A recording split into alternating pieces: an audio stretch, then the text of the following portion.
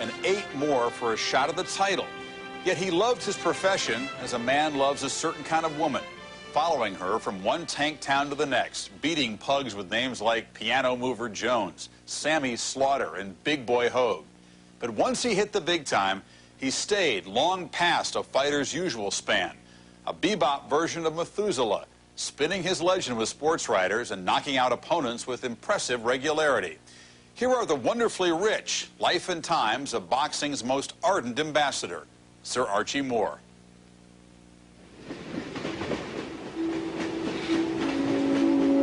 He was traveling from one southern state to another for a fight. He had knocked on the door. There was a young Caucasian lady there, and she said that he could sleep in the barn. He heard some voices, and he happened to look out. It was a lynch mob on the way, a few guys on the way to get him. When he fought in Florida, he saw signs which said, "No Jews, dogs, or N's allowed." N-I-G-G-E-R-S, allowed. Archie Moore was the #1 contender for years of the light heavyweights. And one of the great stories, I remember an old guy told me that he remembers seeing him on a road with a stick over his shoulder, hitchhiking. He did it all. You know, sandwiches with no meat, living out of the back of flop houses, hotels that wouldn't service black fighters. Archie Moore emerged in the 30s at a time when there were many black fighters who didn't get a chance. This whole story is representative of the great black fighters who were unable to get their opportunity. There was a fear in the white establishment that, quote, blacks would take over the sport. You're either an opponent expected to get licked or sometimes taking a dive, or you had such great talent and had such great connections that someone like Joe Louis could emerge. The boxing establishment, once every 10 years, they would let through a great black fighter. Henry Armstrong, then Ray Robinson, and they made Archie Moore wait for 10 years. As a black fighter, you had to be prepared to take the short end of the purse. You had to be prepared to travel, and you had to be prepared to be matched tough. Montreal, December 10th, 1958. On the edge of middle age, Archie Moore took on rugged light heavyweight Yvon Durrell, who at 29 was in the prime of his career. It was cold inside the arena, and Archie got a slow start in the fight, and Durrell caught him right away. Durrell comes storming in at Archie Moore early in the fight. Get him, and he just did with a right hand to the jaw. 5, 6, 7, 8. Up that 9-foot stagger. And Archie shouldn't have got up, but his courage got him up. Archie Moore dazed and staggering. Yvon Durrell swarming over him.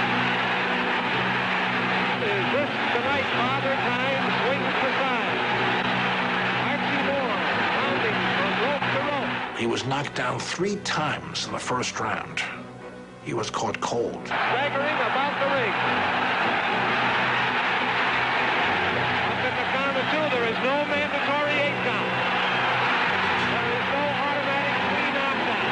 3, 4, 5, 6, 7, 8, 9. He's up at the count of 9. If Archie Moore lasts this round, it will be boxing's modern miracle.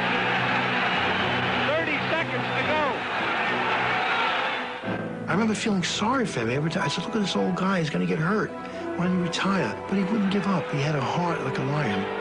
There's the bell. Archie Moore has made it.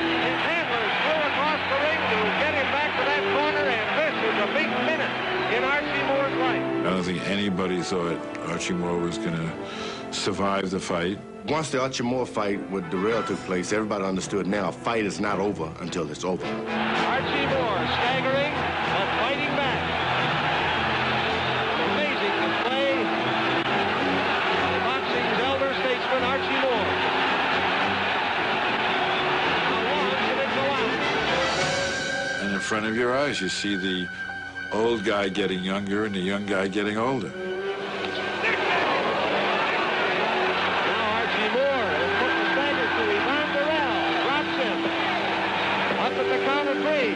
Archie knew that sooner or later you're gonna make that mistake.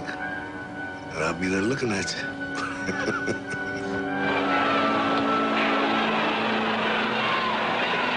seconds left. Down goes Durrell. 2, 3, 4, 5, 6, 7, 8. Saved by the bell at the count of 8. Archie roared back, figured out Durrell, and finally knocked him out in the 11th round. Durrell seems to be on his way. Blood streaming from his nose and cut over his right eye. Moore back after him. Down he goes again with his other right hand. 3, 4, 5, 6, 7, 8. Struggling at 9, 10. He is out. To get off the floor the way Archie did, then knock out Durrell, it was something to behold. Archie, I think at 90 years old, you might still be the light heavyweight champion of the world, too. Congratulations. Thank you. Archie Moore, the light heavyweight champion of the world. After a fight, Moore always said, did the fans enjoy the fight? Did they like my performance? And this was his greatest performance. As old as he was, you still saw what made him great, which was what was inside him. That comeback win against Durrell summed up the previous 25 years of his career. It had been less a career than an odyssey across the shadowed face of boxing. From it, Moore emerged a man of curious complexity, a thinker and a writer. He loved to write letters. He would write up to 30 or 40 a day. That was his entertainment, staying up late at night just writing whoever he felt like writing. He wrote a lot of notes to write. I used to get notes from Archie all the time, and he couldn't spell very well at all, but what he said made a lot of sense. There was a certain amount of wisdom to everything he said. They were filled with philosophy about the black man and where he had come from and how he had gotten into prize fighting and what it all meant in the infinite scheme of things. Muhammad Ali learned an awful lot from him in terms of producing a verse or producing a prediction or promoting a fight. He was full of all kinds of stories about his own career, his diet, his background, you name it. When he trained in Adams, Massachusetts for the Marciano fight, he told the press from New York that he'd fought there some years before, struggling to make a living. He had to sleep in his car. Unfortunately, the local reporter had covered him on that fight and informed the press that actually Archie had slept in the hotel. If Moore embellished certain episodes of his past, there was clear objective testimony about his accomplishments in the ring. Depending on whose record book you looked at, 228 fights or more, which makes a complete mockery of the records of today's fighters. To this day, he has the record of the most knockouts of any professional fighter. 141 knockouts, unheard of. To even have 141 fights, and might knock out 141 people. I said, what enabled you to be able to be successful when you were at an age when most men had retired? He said, I just made up my mind that I was going to outlast everybody. I think he knew how great he was, and he kept being denied the equal opportunity to prove it. If Archie Moore was white, he would have been a champion 10 years earlier. Well, there was always a mystery when Archie was born, and he liked to prolong that mystery. His mother claimed he was born in Benoit, Mississippi in 1913. Archie claimed he was born in Collinsville, Illinois in 1916. A federal census showed that he was 2 years old in 1918, and that he was born as Archie Lee Wright. Other evidence indicates Moore was born in 1913. Whatever time or place he arrived, it wasn't in the best of circumstances. His father was kind of a mover and a shaker, didn't let the grass grow too much under his feet. My grandmother had him at the age of 13, and my auntie, Willie Pearl Moore, and her husband, Cleveland Moore, adopted him. She was a nice little lady and very religious, and she thought the world of Archie just like her own son. His Aunt Willie Pearl taught Archie how to be very neat and how to clean, and as Archie put it, they were too poor to paint and too proud to whitewash, but they kept everything spotless. The woman gave him all of the philosophical approaches to life that he used later on. When a task is once begun, never leave it until it's done. If the labor is great or small, do it well or not at all. When Archie was still a boy, his neatly defined world was shaken to its foundation. His uncle Cleveland passed away during a hazing accident at work, and Archie started getting into mischief. He was with some friends, and they took money from a cable car. His friends decoyed the conductor. Archie took the change and ran, and happened to bump into an on-duty police officer. You know, I don't even know if it was $5. He went to the West. Knowing that the big names fought in New York, Moore headed east. He had to go and create sites where he could exist, where he could thrive, where he could survive. He had a very busy career fighting other great black fighters who no one else wanted to fight. Jack Chase and Eddie Booker and Holman Williams. It was just an array of, and they had to fight each other to stay busy. And they fought 7, 8, 9 times apiece. Archie came at a time when it was very difficult for black fighters to make it unless they had a connection. Translation, Moore would not get on the card at Madison Square Garden without establishing a tie to the criminal organization that controlled all boxing in New York. The mob controlled a lot of fighters, a lot of weight divisions, and Archie Moore had too much purity as an artist, too much pride, too much dignity to do business with the mob. I might have gone with them had they offered me some fights. All I wanted was fights. I didn't give a damn who I fought. But there was his boxing technique. Masterful, intelligent, but not flashy enough for the average fight fan. He had a difficult style. It was not particularly appealing. He was a counter mover, counter puncher. He wasn't the kind of guy that went out there, you know, try to take a guy out quick. Even if he knew he was better, he would feel him out, look for his weak points. He became really the old mongoose. He would lay in wait. Well, the mongoose was just so clever. So I'll be the mongoose. I won't be afraid. Archie would fight out of what I called a log cabin defense. He'd put his arms up like this and he'd peek through it. He used to always say, for every action, there's a reaction. So if you show a guy one move, you got to know what his response is going to be in order to catch him. There was nothing fancy about him. He could box, he could punch. He knew what boxing was all about. If you're moving your boy, you wouldn't want to come against Archie Moore, who was a very accomplished fighter. You mentioned Archie Moore, the guy said, who needs him? Give me somebody else. Why take a tough fight like that?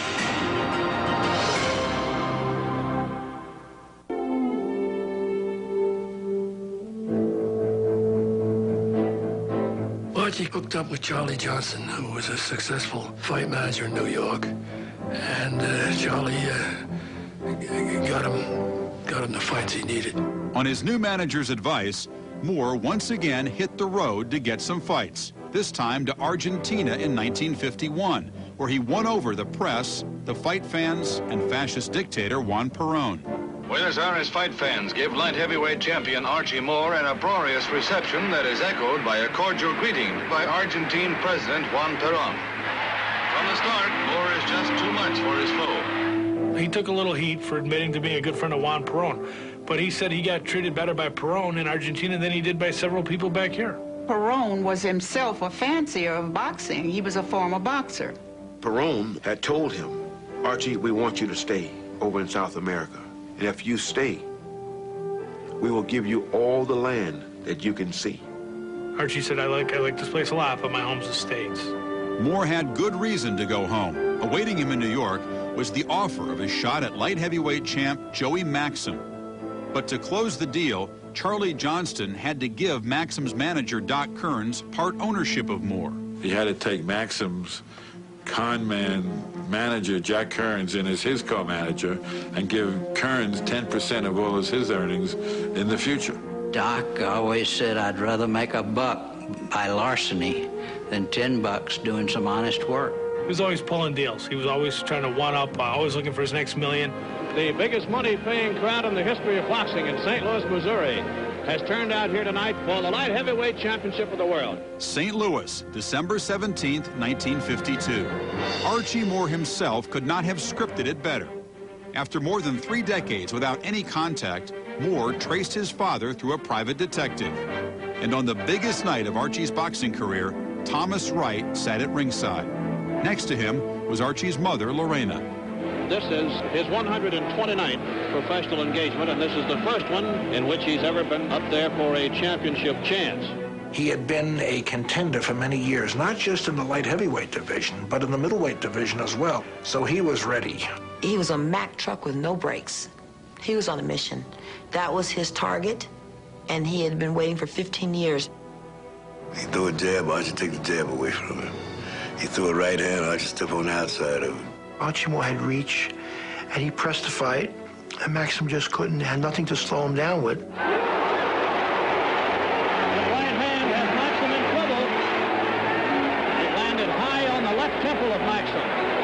Moore's boxing skills certainly showing here in the late rounds. But Archie Moore was too smart and too quick and too good a boxer, even for a boxer like Joey Maxim. He probably won 11 rounds to 4. Well, they won 15 rounds. Archie just humiliated him. Winner by unanimous decision, and the new light heavyweight champion of the world, Archie Moore. His trainer was so excited that he had become a champion, tried to lift him up in the ring the minute the decision was announced. And he said, stop, leave me alone. Don't make a big deal out of this. I should have won this thing 12 years ago. Just be cool, be professional, and raise my hand. Archie has finally come into his own as he wins the unanimous decision in the 129th bout of his career, and it's his 105th win. Archie wanted that championship so badly, he would have fought for nothing, and he virtually did. To give Joey Maxim $100,000 to fight Archie Moore, which at that time was big money. Archie only got $800, and out of $800, after he paid everybody off, he wound up with $57. Understand that. Which was more important to him at that time, the light heavyweight title or the money? He knew that the title was more important. Once he got it, he kept it. he says, Doc, as hard as it was to get it, I'm gonna keep it. I ain't giving it up to nobody. In August of 1954, with Doc Kearns and the New York sports press in his corner, Moore finally reached boxing's mecca, Madison Square Garden. Introducing the challenger, Harold Johnson. His opponent, light heavyweight champion of the world, Archie Moore. And here's a fighter who was ranked #1 for years, but for 19 years, he never stepped foot into Madison Square Garden. Moore was up at the count of 5 as the bell rang. Harold Johnson dropped Archie in the 10th round, and Archie came back and knocked out Harold Johnson with a combination in the 14th round.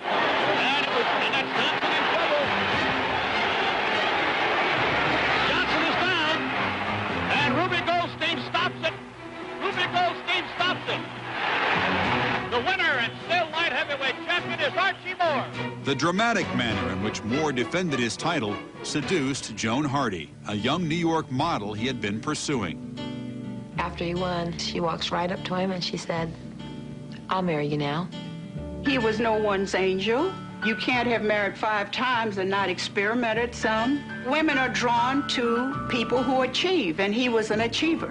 He had a fondness for the ladies, but most fighters did in those days, and most athletes did then. He got married 4 times quick when he was young, and then his final marriage, which he considers his only marriage, was to Joan, and that one lasted till his death.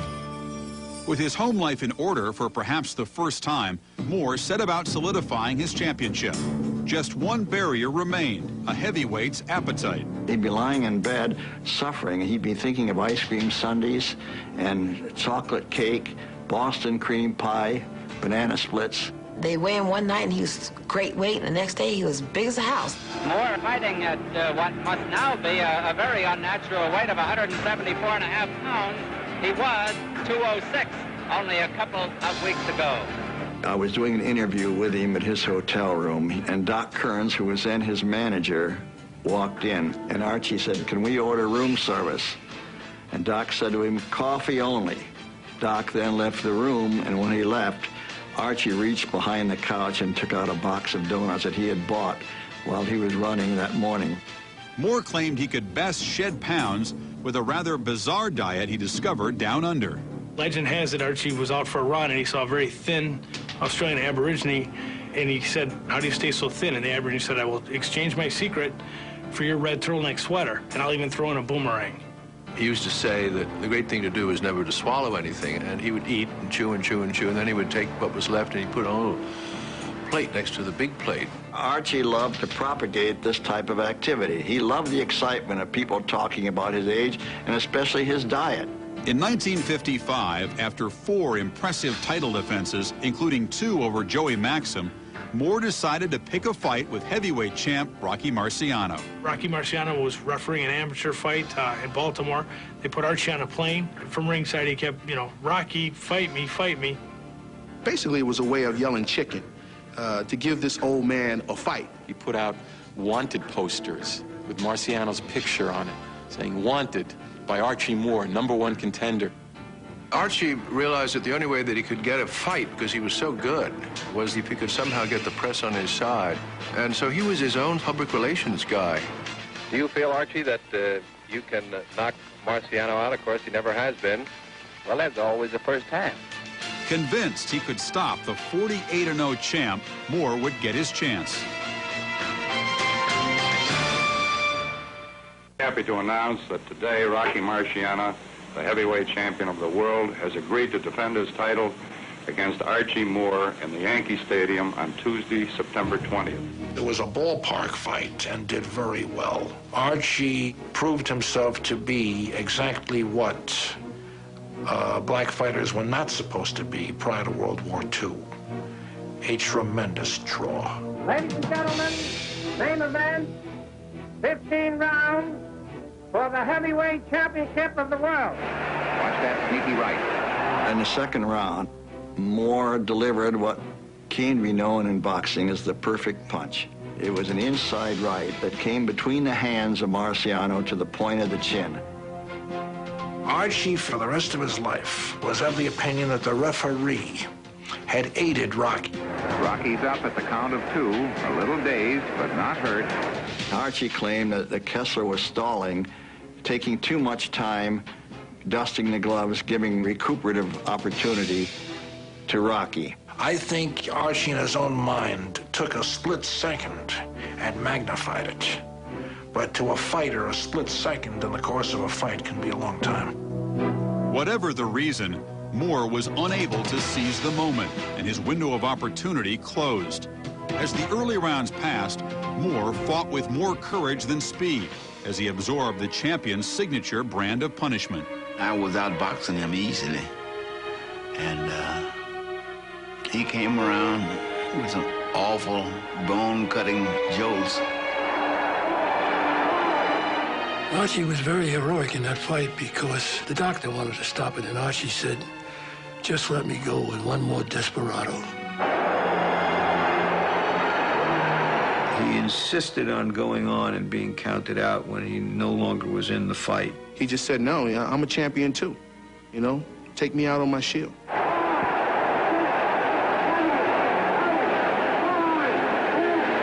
Winner by a knockout, Rocky Marciano. Later, at Cafe Bohemia in Greenwich Village, Moore strummed and thumped the bass fiddle deep into the night. It was his escape, and it was his salvation, and it was his joy all at one time. It seemed like he would feel the music. Oh, he loved Billie Holiday. And he tell me, he said, "Eddie, listen to the words, listen to the soul." That's what he said, the soul. She's talking, that's what he said. He liked to work out to the tune of saxophones. There were many, many musicians that he had follow him just to play while he worked out. During the 70s, of course, I was a young guy just playing loud music. These were the days of the big speakers. And he said, "Cut it down, George." I said, "Why?" He said, "Listen to all the different sounds. Cut the music down." He particularly liked to tap his feet, just quietly kind of jiggle. And I could almost see him dancing. It was as if he was on the floor dancing with someone. If jazz soothed Archie's soul, nothing killed his hunger to be heavyweight champ. On November 30th, 1956, in Chicago, the aging warhorse met Floyd Patterson, who at 21 was young enough to be his son. Archie, would you mind giving us a prediction on the outcome of this fight? Well, I've been a man to make many predictions, but this time you put me on the spot. I can only predict a sellout, a $500,000 gate, $200,000 television, 40%, pretty good. I don't think Archie was in the kind of shape to stand up to a fighter like that. There were rumors that because of various factors, including money, Archie went into the tank and permitted himself to be knocked out. A wicked left hook sends Moore sprawling to the canvas. Moore is very hurt. I never had any word of Archie going in the tank at all at any time. I think he came into some fights out of condition because his weight rolled up and down. He gave it an effort. Archie Moore would never take a side seat for anybody. He had too much pride for that. Patterson moves in and sends Moore down for the second time. A lot of people thought Archie was going to win, and Patterson just had too much for him that night. But Archie always wanted a rematch. He petitioned hard for a rematch, but never got it. As Moore kept his heavyweight hopes alive, he defended his own crown 9 times in 8 years. There's the champion of the world in there. Best light heavyweight in the business. Since many of his fights were televised, Moore's fame grew well beyond the ring. After beating Durrell in 1958, Hollywood offered him the role of Jim, the runaway slave in the movie The Adventures of Huckleberry Finn. Hello, Jim. Glory be. You's a ghost. I ain't a ghost, Jim. But you's dead. Your pap come running into town yelling that Robinson killed you. Well, I tricked it up so Papa think I was dead, but I ain't. Here, touch me. Go ahead, touch me. With the movie's release in 1960, Moore was criticized in some quarters of the African-American community. There were several black organizations that did not approve of it. There weren't very many parts that blacks were allowed to play, you know, other than maids and butlers and that kind of thing. I thought Archie had a lot of prospects as an actor, but I don't think that he ever had the follow-through to do anything for too long. In 1962, Moore fought a young, brash heavyweight named Cassius Clay.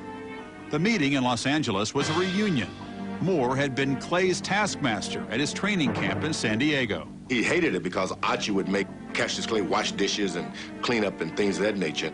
Archie Moore made the mistake of asking the kid to sweep the kitchen. So he said, I didn't sweep the kitchen for my mother. What am I going to sweep the kitchen for? Cassius Clay told him, I'm not here to learn how to clean kitchens. I'm here to learn how to box. Archie said, well, we'll see about that.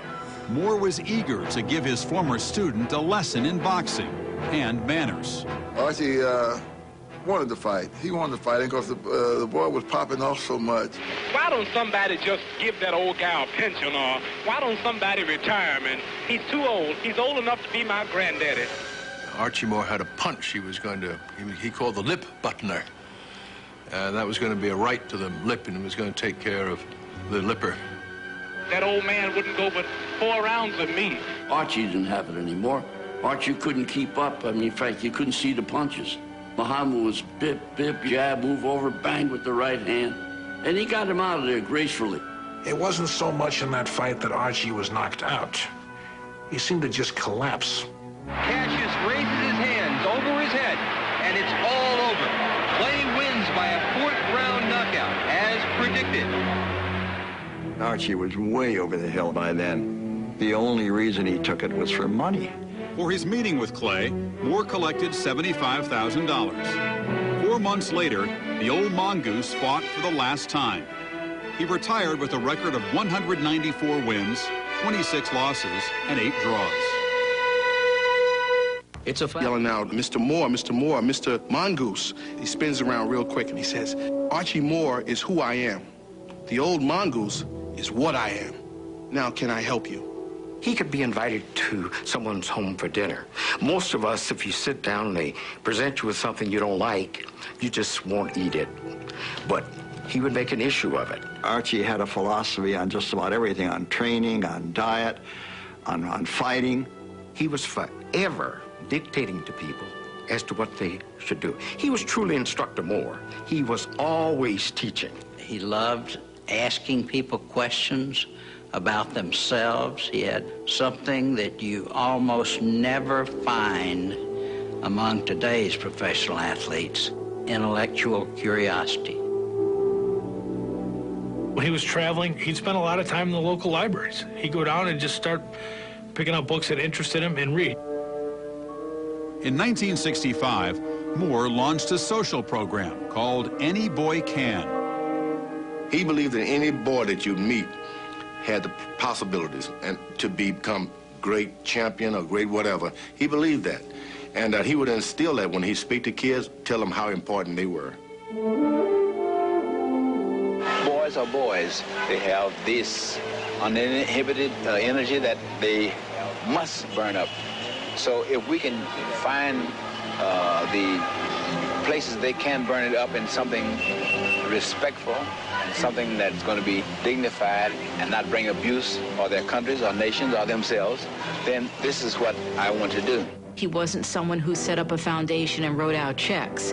He was somebody that if food needed to be delivered, he delivered it. He went into the housing projects, and eventually he inhabited one of them himself, living among the people in one of the toughest housing projects in Los Angeles. A lot of us didn't have fathers. Mothers were always there, and, you know, he sort of gave you a little bit of discipline in your life. He was very militaristic in his approach and from the old school, and he had a saying that was firm but fair. If you wash dishes, I'll show you how to do a certain move. If you rake the yard, I'll show you how to do another different move. He had a proposal, every proposal known to man, about his ABC program. He stopped getting government aid for it, and then he paid for it himself. So basically it came down to food on the Moore's table or money for the ABC program. Undaunted, Moore took on a high-profile student in the early 70s, heavyweight contender George Foreman. A lot of fighters figure, hey, I don't want to show you my old tricks like a magician, you know. He was very charitable in that way. And here's Archie Moore, former light heavyweight champion of the world. Hi, I'm a tactician of glove warfare, consultant, you might say, to George Foreman. He was a teacher of basic boxing. Quick left jab, your defense, your hands go out and come right back into proper position. George obviously copied some of the techniques of Archie with the turtle defense, crossing the arms like this. He came down and he told me he believed I could beat Joe Frazier, which a lot of people didn't believe as much. And he would treat me like the heavyweight champion of the world. Archie would insist, when you see Joe Frazier, I want you to tell him to shut up. And one day, Frazier was all wild and going mad and talking smart to me. And I told him, shut up, just like Archie said. And Joe was shocked. From that point on, it seemed there was a different Joe Frazier because of it. I think Joe is hurt. Down goes Frazier! Down goes Frazier! And Foreman is as poised as can be. It is over. It is over in the second round. Archie Moore had predicted the fourth round, and I do everything he said do, so I credit that to Joe Lewis and Mr. Archie Moore.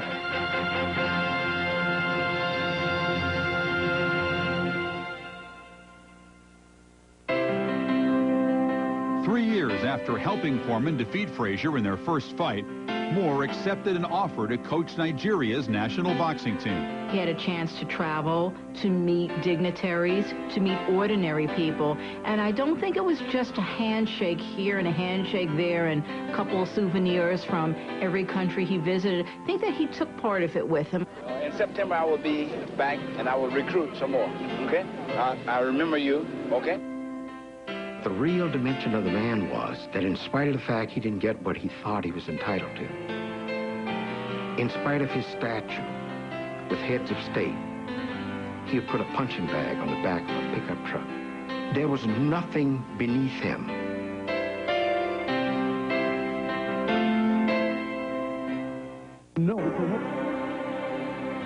He was thinking about a blind girl that he had heard about who, if she received an operation, she could see. And so he went from door to door, gathering funds to give her an operation, and she began to have her sight back. When we return, Archie Moore fights to hang on to his memories and dreams. As you were born in St. Louis, you once said you were born in Collinsville, Illinois. Your mother says you were born in Benoit, Mississippi. Where were you born? I was born in South America.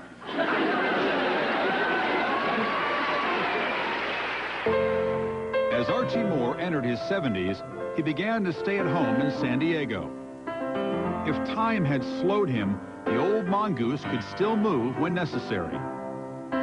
One day he came to the gym. He was getting frustrated. He was trying to teach a kid something. He couldn't articulate the language as well as he used to because he was getting old and he was sick and everything. And he said, God darn it, threw down the cane, started shuffling, started thumping, started moving around the ring. And me and my assistant coach, we look at each other, and this guy's floating around the ring and doing a good job. I remember sitting with him when Ali was fighting Ken Norton in San Diego, and Archie came in with his beautiful wife and his gorgeous daughters.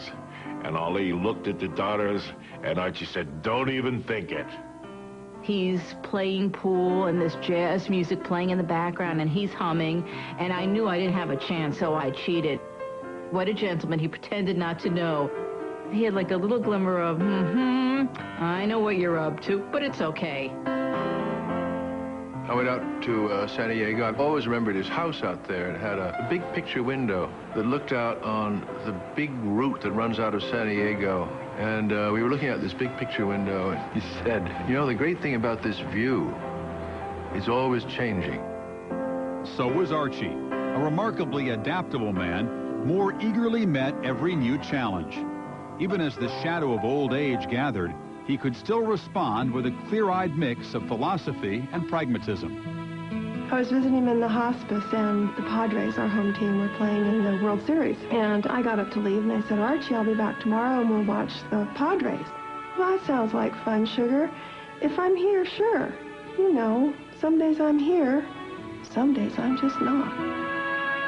There was one particular time, and he had one hand over his forehead and one over his chest. He was sort of like this. And I said, he's just in a protective position. He was actually living fights in his head. He knew things weren't how they used to be. There was an instance in the hospital when he was tied to his bed. He woke up and broke the restraints, and he did sock a nurse. The amazing thing to me was this was an 84-year-old man that the restraints couldn't hold. After more than 8 decades, Moore finally let go in December of 1998. Archie was a paradox. He was calm and yet quick to anger, tender yet merciless and merciful. He was really a scoundrel, but he was a lovable scoundrel. After a while, he was so obvious. You knew what he was doing to you, and you just allowed it to happen for the joy of his company. I asked him one time, do you really love boxing? And he looked at me and he said, well, sugar, it was my way out, and it was my way in. You know what I mean? No one really knew what accounted for Moore's longevity. He fought in much the same way that he lived, methodically, patiently, doggedly. He survived most of his contemporaries in the ring and out of it. When considering his own mortality, Moore said, when I'm finished, I want people to say only one thing of me. I want them to say, there goes a man. For ESPN Classic Sports Century, I'm Chris Fowler.